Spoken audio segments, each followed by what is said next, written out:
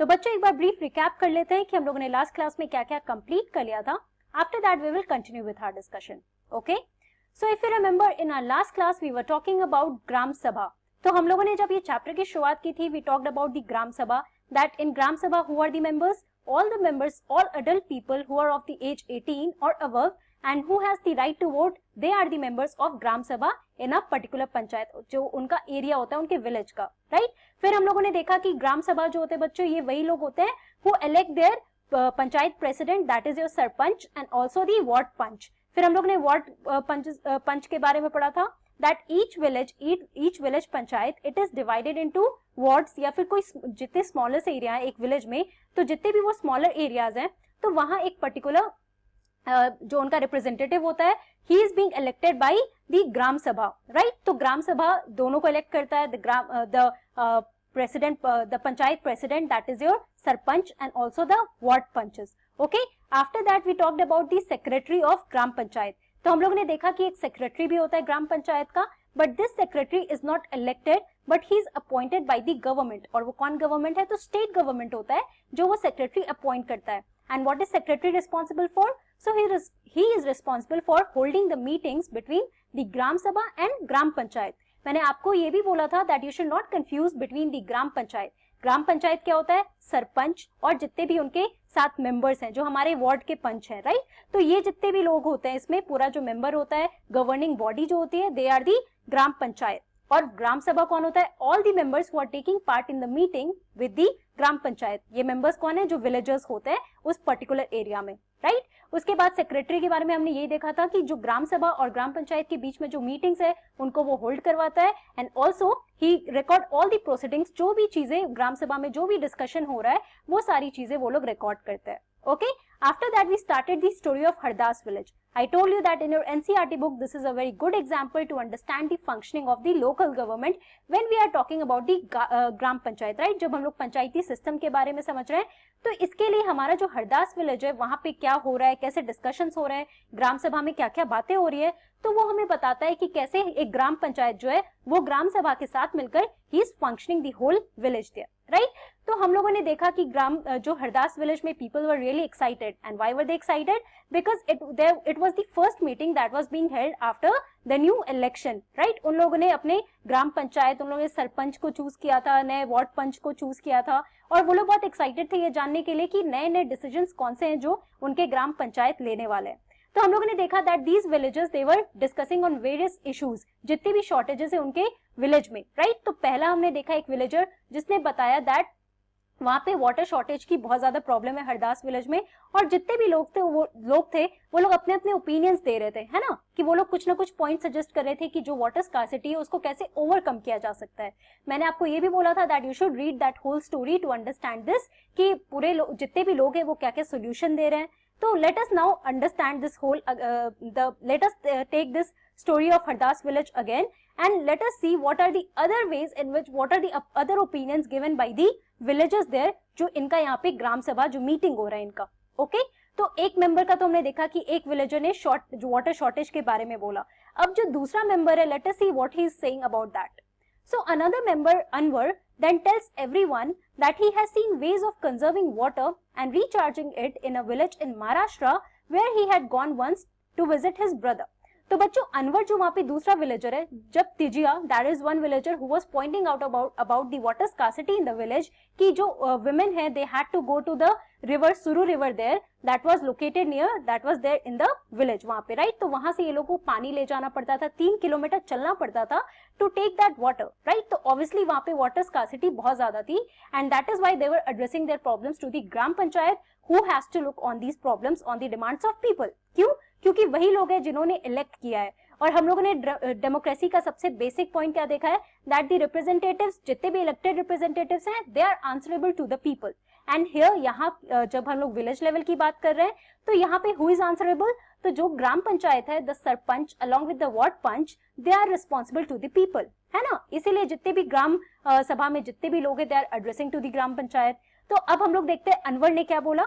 तो अनवर ने बोला that he has scene ways of conserving water, क्योंकि वहां पे जब लोग डिस्कस कर रहे थे, अपने ओपिनियंस दे रहे थे, so they were trying to find out some solution in order to save water, in order to conserve water and also to increase the water availability. Okay, तो यहाँ पे वो बोलता है कि वो एक बार he went to this village in Maharashtra, जहाँ पे उसने देखा that he has seen the ways of conserving water and also refilling the water. Okay, and what was this system called? So it was called the watershed development, and he had heard that the government gave money for this work. तो देखो बच्चों, यहाँ पे ये लोग अपने village की problems को तो डिस्कस कर रहे हैं, बट जब सोल्यूशन की बात हुई तो each and everyone is giving his own experiences. तो यहाँ पे जो अनवर है, he is another villager who is talking about the ways of conserving water. That एक बार ये महाराष्ट्र में अपने भाई से मिलने गया था, and there he saw that people they were conserving water, they were collecting water and also they were refilling that water, right. तो ये पूरा कॉन्सेप्ट इसने यहाँ पे अपने विलेज में रखा, एंड ही ऑल्सो सेड कि ये जो सिस्टम है, जो ये कंजर्व करने का, उसको वाटर को रिफिल करने का, इसका what is the term used here? So watershed development, इसको हम लोग वाटरशेड डेवलपमेंट कहते हैं, where water is conserved for future uses and also it is refilled again and again, ताकि पानी की कमी ना हो, right. People should not face this water scarcity.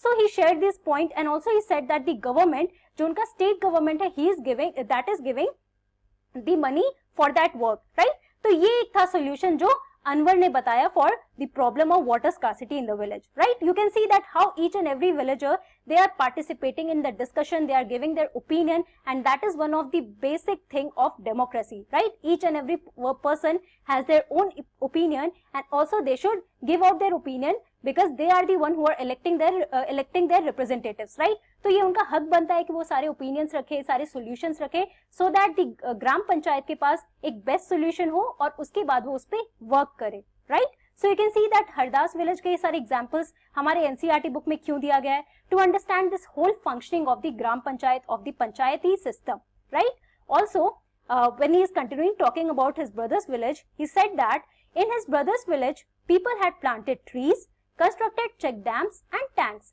तो उसके भाई के विलेज में जो वो महाराष्ट्र में जाता है, he also said that people they were planting trees, right? शायद इनके विलेज में बहुत लोग ट्रीज को नहीं प्लांट कर रहे होंगे, सो ही सेड दैट वहाँ पे ट्रीज भी प्लांट हो रहे थे, वहाँ पे बहुत सारे चेक डैम्स भी कंस्ट्रक्ट हो रहे थे in order to check the flow of water, right? Water को कलेक्ट करके भी रखना, and also tanks were there, जो एक रिजर्वायर होता है जिसपे पानी को भर के रखा जाता है so that it can be used for further purposes, right? तो ये सारी चीजें थी जो उसके भाई के विलेज में हो रहा था.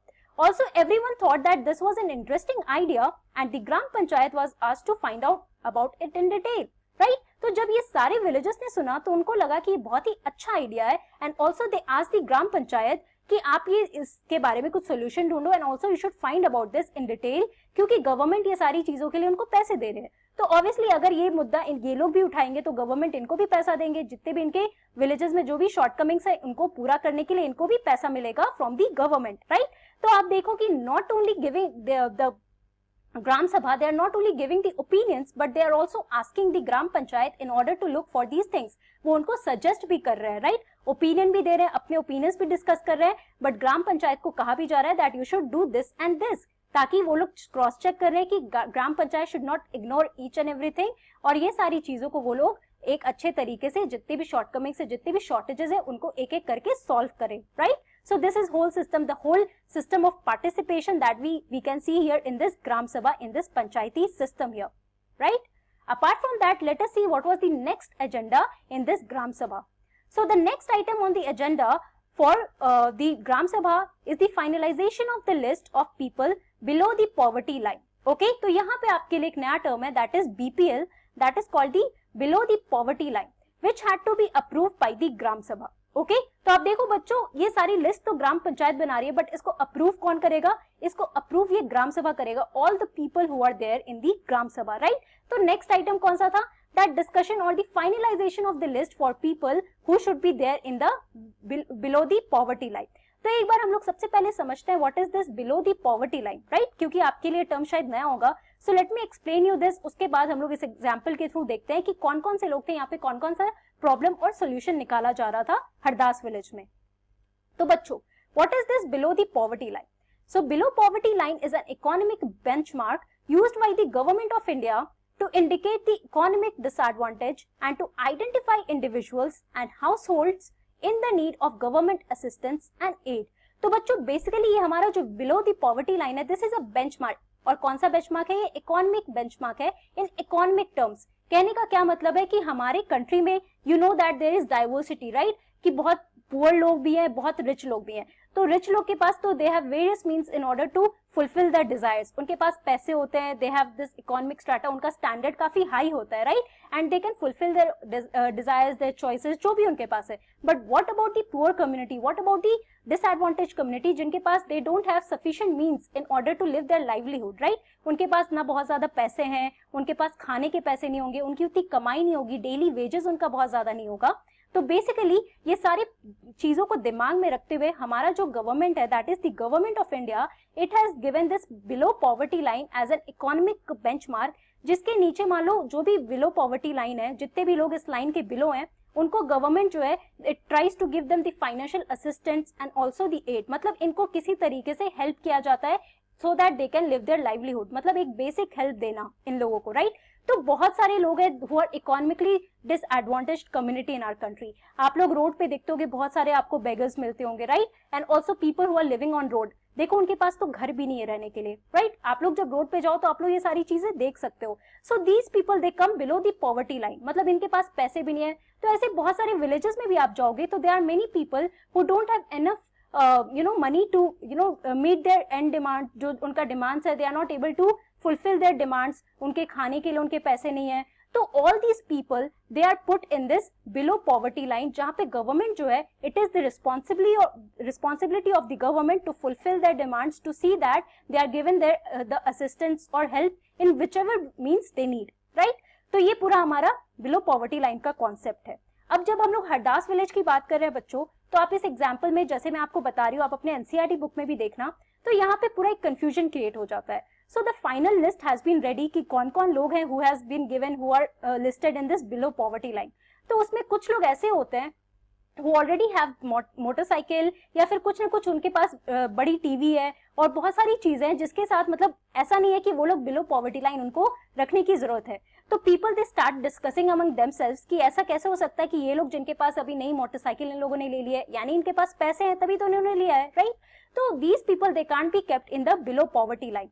सो ये पूरा क्योस क्रिएट होता है, बहुत सारा डिस्कशन होता है। ग्राम पंचायत ने भी देखा that these people are whispering among themselves. आप ये पूरे पॉइंट्स को एक बार पढ़ना, क्योंकि ये कंफ्यूजन क्रिएट होता है, and how they are taking part in this conversation. क्योंकि बहुत लोग हैं जो फिर कहते हैं कि there is a person name Om Prakash, okay. तो ओम प्रकाश बहुत ही गरीब है, बट उसका नाम उस लिस्ट में नहीं है, राइट। वो एक बहुत ही पुअर फैमिली से, और उसके पास बहुत ज्यादा पैसे नहीं है, और डेफिनेटली अगर उसके पास बहुत ज्यादा पैसे नहीं है, he can't meet his demands, जो भी उसके डेली डिमांड्स हैं, तो he should be listed in below poverty line, जैसे हमने अभी डिस्कस किया।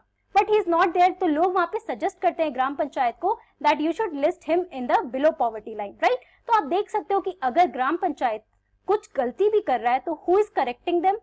तो it is the gram sabha, the people in the gram sabha, all the members who are taking part in the meeting. So it is these people who are trying to correct the ग्राम पंचायत कि अगर वो लोग कुछ गलती भी कर रहे हैं, अगर वो लोग कुछ करप्शन भी करना चाह रहे हैं, in trying to appease some section of the society there in the village, तो ये लोग करने नहीं दे रहे। तो आप देख सकते हो कि एक तरह से इनके पावर को भी लिमिट किया जा रहा है, क्योंकि gram sabha is the one who has to approve the below poverty line, जैसे हम लोग ने अभी देखा, right. So who has to approve? It is the below poverty line has to be approved by the ग्राम सभा। तो आप देख सकते हो कि ग्राम सभा के पास कितना पावर है, right. So it is not that कि पूरा पावर जो है दिया गया है आपके ग्राम पंचायत को, जो भी काम ग्राम पंचायत कर रहा है, it has to be done according to the opinions of the ग्राम सभा। तो आप देख सकते हो that at the local government level, यहाँ पे आप देखो विलेज लेवल पे आपको सबसे अच्छे से डेमोक्रेसी का पूरा एक स्ट्रॉन्गर पार्ट दिखेगा, where people are participating actively in their village issues, जितने भी ओपिनियंस है वो दे सकते हैं, and also they are cross checking that the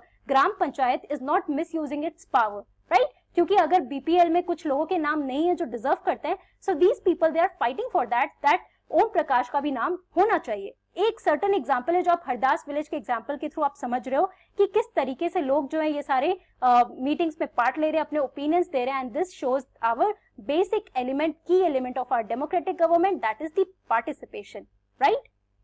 तो बच्चों आज की क्लास में हम लोगों ने क्या पढ़ा? We talked about the story of Hardas village. हम लोगों ने देखा that how villagers they were giving different opinions, different solution about the problems of water scarcity, and also we talked about the below poverty line. That was the one of the next agenda that was discussed in the Hardas village Gram Sabha. Okay. अब next class में हम लोग ग्राम सभा के बारे में और पढ़ेंगे. So that's all for today. Thank you very much. Have a nice day.